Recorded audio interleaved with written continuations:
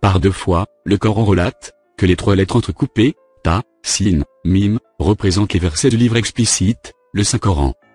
La première, chapitre les poètes. La deuxième, chapitre le récit. D'autre part, parmi les 114 chapitres ou sourates du Coran, 29 chapitres commencent par des lettres entrecoupées, ou aussi appelées ouvertures.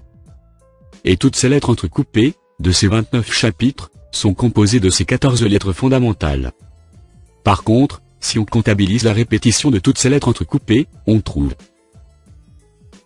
remarque que parmi ces 14 lettres fondamentales, la lettre ta est répétée 4 fois. Et la lettre sin est répétée 5 fois. Et la lettre mim, 17 fois. Pour rappel, la langue arabe, langue sémite, s'écrit de droite à gauche. Et comme relaté dans le verset, ces lettres entrecoupées, ta, sin, mim, sont côte à côte. Alors, nous allons mettre côte à côte leur nombre de répétitions respectifs, c'est-à-dire 5 à côté de 4 et 17 à côté de 5. On aura ainsi le nombre 1754. Mais à première vue, ce nombre n'a aucun sens. Il n'a aucun sens si on le considère dans le calcul à base 10, c'est-à-dire dans le système de calcul décimal, familièrement utilisé par les humains. C'est-à-dire 1754 est égal à 4 pour les unités, plus 5 pour les dizaines, plus 7 pour les centaines, plus 1 pour les milliers.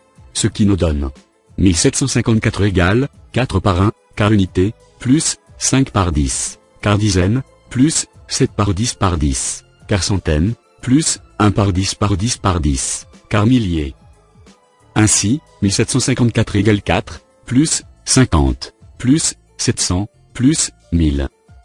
Mais puisque 19 est le nombre d'or dans le miracle du Coran, alors supposons que ce nombre 17, 5, 4, est écrit dans ce verset en calcul à base 19. Alors pour comprendre son sens, essayons de le transformer dans le calcul à base 10, c'est-à-dire en calcul décimal familièrement utilisé par les humains.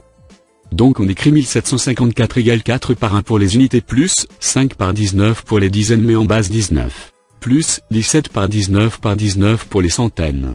On trouve alors 1754 est égal à 4 plus 95 plus 6137, soit 1754, en calcul à base 19, est égal à 6236, en calcul décimal. Et ce qui est extraordinaire, est le fait que 6236 est exactement le nombre de versets dans le Saint-Coran. Est-ce un hasard? Pas du tout. Car les deux versets dont il est question affirment que ta, sin, mim, sont les versets du Coran, et c'est ce qu'on a trouvé par le calcul, 6236. Soit, le nombre de versets du Coran qu'on a aujourd'hui entre nos mains, et est partout dans le monde, et qui date du 7e siècle.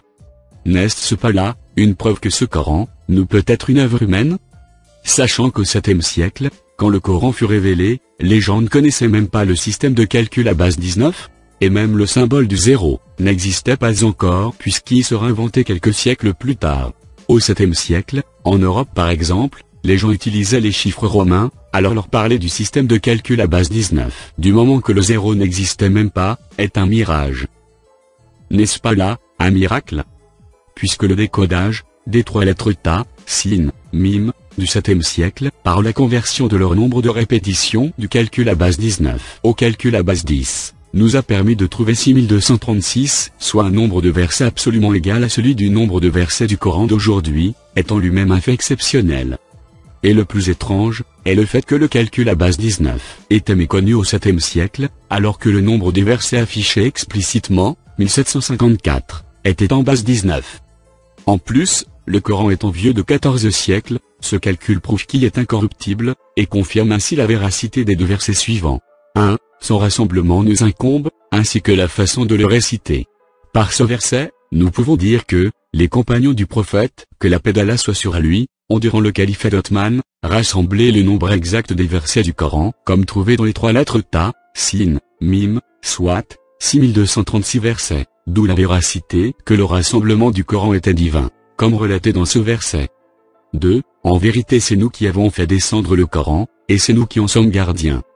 Le verset montre l'incorruptibilité du Coran, ce qui est bien confirmé par le nombre de versets 6236, restés intacts du 7e siècle, jusqu'à aujourd'hui, en ce 21e siècle. Sais-tu pourquoi dans le Coran, il y a 70 bouts partis? Et si je te dis, que le nombre 60, est le nombre des chapitres du Coran, 114, en base 19? Pour s'assurer de cela, essayons d'écrire 114 en base 19. Divisons 114 par 19. On trouve 6 et le reste 0. On écrit alors 114 égale 6 par 19, pour les dizaines en base 19, et 0 par 1, pour les unités. Donc en base 19, le nombre 114, a 6 comme dizaine, et 0 comme unité. Ainsi 114 en base 10, est égal à 60 en base 19. Conclusion, si le Saint-Coran est réparti en 114 chapitres distincts, il est aussi subdivisé en 60 parties égales, ou hizb. Ainsi, les 114 chapitres sont en quelque sorte, la répartition qualitative du Coran, et les 60 parties ou hizb, est sa répartition quantitative. Conclusion. 2 questions pour ceux qui ont encore du doute sur la divinité du Coran. 1. Qui peut bien être l'auteur du Coran pour avoir au 7e siècle caché le nombre de versets du Coran 6236, en utilisant le calcul à base 19, méconnu au 7e siècle. 2. Comment le Coran est resté incorruptible, du moins concernant le nombre de ses versets, qui est resté parfaitement intact pendant ces 14 siècles.